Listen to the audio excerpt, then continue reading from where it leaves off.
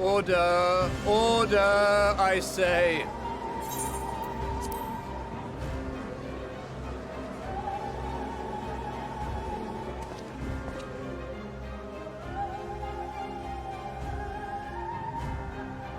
I thank you all for gathering here on such short notice. This day we must speak of grave affairs and their implications for the future of Sharlayan, nay, of this very star. Said affairs concern all citizens, and so we have called for a public assembly.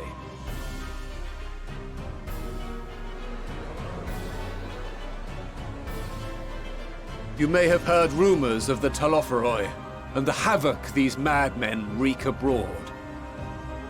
Under normal circumstances, we would pay little heed to petty disturbances outside our borders. The final days, however, are another matter altogether. For we dare not ignore these prophetic words of Eld.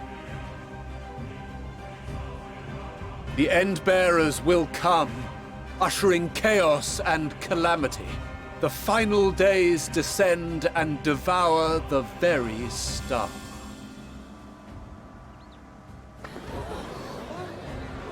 I've never heard this prophecy. Is it true? Will all that really happen? Calm yourselves.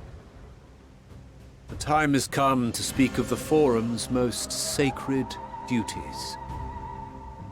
But first...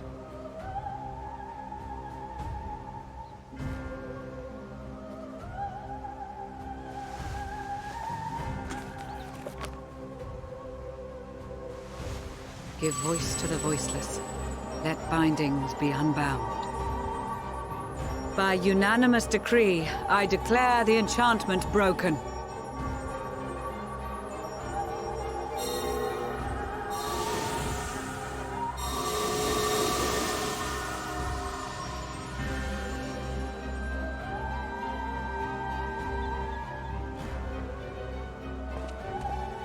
Master Leveilleur, if you would.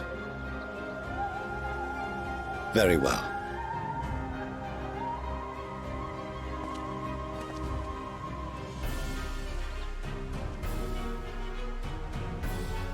"270 years ago, our forebears began an expedition in the Dravanian hinterlands, in search of a route to access the ethereal sea.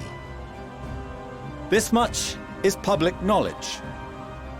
Their findings, however, would become the Forum's most closely guarded secret. What those researchers discovered in the hinterlands was not a passage unto the ethereal sea, but the very heart of our star, and Hydaelyn herself.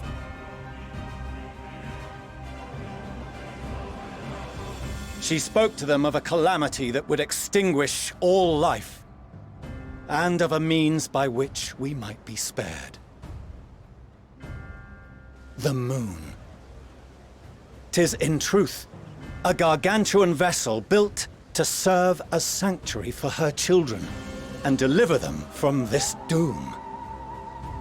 Much like Njunkref's hope in ages past, it will bear the people of a world in the throes of death to a new home. Needless to say, this will be no small undertaking.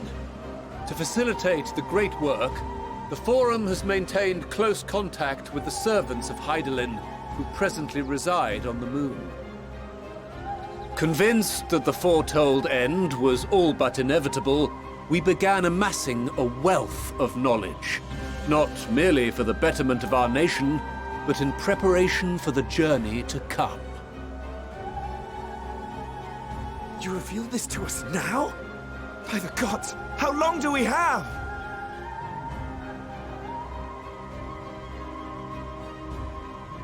While we cannot say with certainty, we believe the hour to be nigh. We received a transmission from the moon suggesting as much not long ago. Which is why we must in earnest begin preparations for the great exodus. For his impressive contributions and the leadership he demonstrated during our withdrawal from Dravania, we have elected Master Leveilleur to oversee this initiative.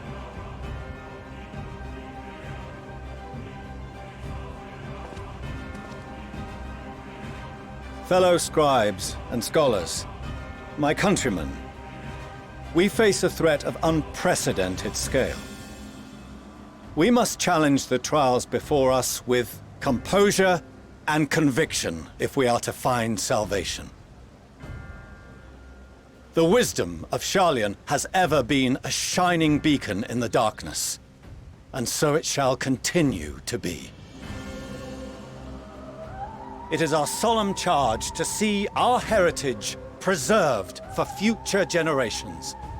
For those who will come after, we will brave a new frontier.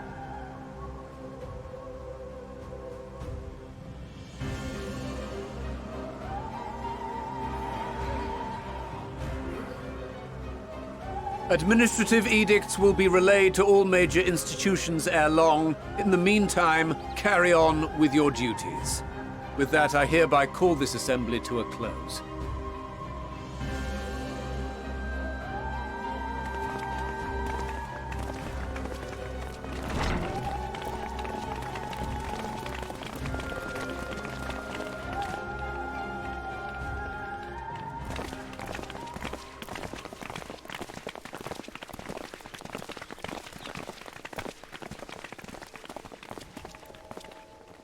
Do you remember what Mother told us when we visited home? That it wasn't until after we were born that Father seemed to lose himself in his work. If that great work of his was the evacuation of this star, then... Yes. It wasn't for his benefit.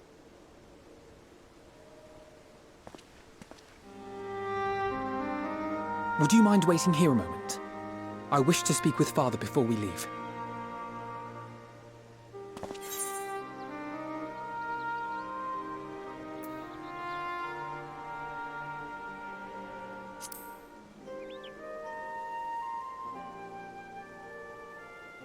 I may look daggers at him, but I will neither speak nor draw them.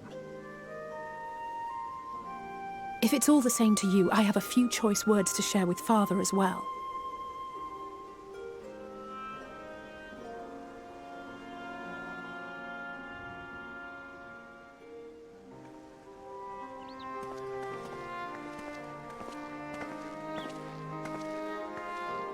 So, come to call us cowards and bid us join your fruitless battle against the inevitable. Nay, we do not object to the Forum's proposal. On the contrary, those who wish to flee have every right to do so. Urianger is cooperating with your associates on the Moon to ensure that all is ready should evacuation be our only recourse. Then whatever your business, I suggest you be brief. Though we cannot boast the boundless wisdom of Sharlayan, we have first-hand knowledge of foreign cultures, and have conversed with no small number of peoples. These experiences have taught us fundamental truths that cannot be recorded in any tome, nor charted on any map. The beating heart of this planet is its people, many of whom would give anything, even their lives, to protect the lands they love. Many may choose to join you in the end. But what of those unwilling or unable, for whom escape will never be an option? What would you have them do? To ignore the plight of those one might conceivably save is not wisdom, Father. It is indolence. This is why we choose to fight. We'll not ask for your understanding, Father. Only that you don't turn a blind eye to the good we have done, that we can still do. We're not children in need of protection.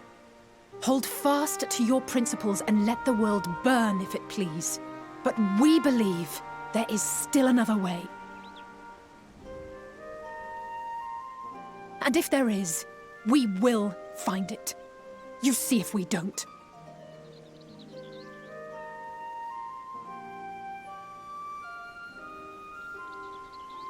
Do as you will.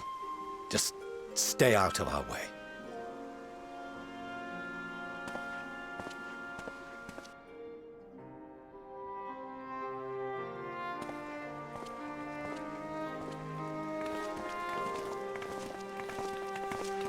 Were he not so consumed with self-righteousness, he might tell you how proud he is of you both. Bold words call for bold action. And there'll be no turning to your father should plans go awry. As if I ever would. So long as there are those who wish to stay and fight for this star, we have to do what we can to help them.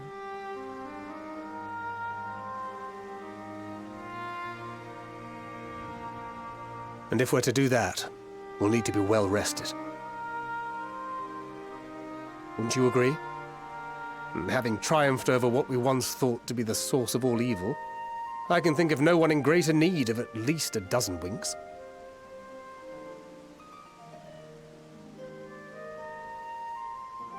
Shall we then? To the Annex, to prepare for tomorrow.